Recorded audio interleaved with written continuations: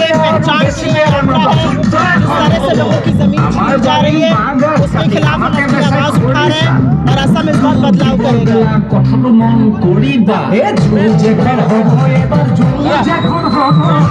আজি আমাৰ 3 নম্বৰ দিন জাতি বচাওক মাটি বচাওক যাত্ৰা আৰু আমি যিমান পাব্লিক ছাপোৰ্ট পাই আছোঁ কথা এটাই যে মাটি বচাবলৈ ৰাইজ এতিয়া ওলাই আহিছে আমি ইমান ছাপোৰ্ট পাই আছোঁ।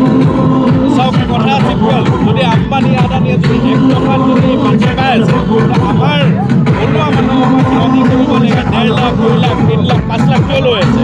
জনজাতিৰ মানুহে যদি নিজৰ মাটি যদি 20,000 টকাৰ মাটিও যদি বিকিব হয় দাম কৰিবলৈ 5 লাখ টকালৈ কেতিয়াবা লৈ লয়। কিন্তু একে জেগাত আম্বানী আদানী 1 টকাত মাটি পাইছে 1 টকাত মাটি য'ত 1 টকাত এটা মাটিও নাপায় এই জেগাত মাটি আমাৰ কথা আমি বিজনেছৰ বিৰোধিতা নকৰোঁ। আমাৰ কথা হ'ল যদি বিজনেছমেনক যদি হেল্প কৰিব লাগে আমাৰ থলুৱা বিজনেছমেনক হেল্প কৰক, আমাৰ থলুৱা মানুহক হেল্প কৰক, আমাৰ জনজাতিৰ মানুহক হেল্প কৰক।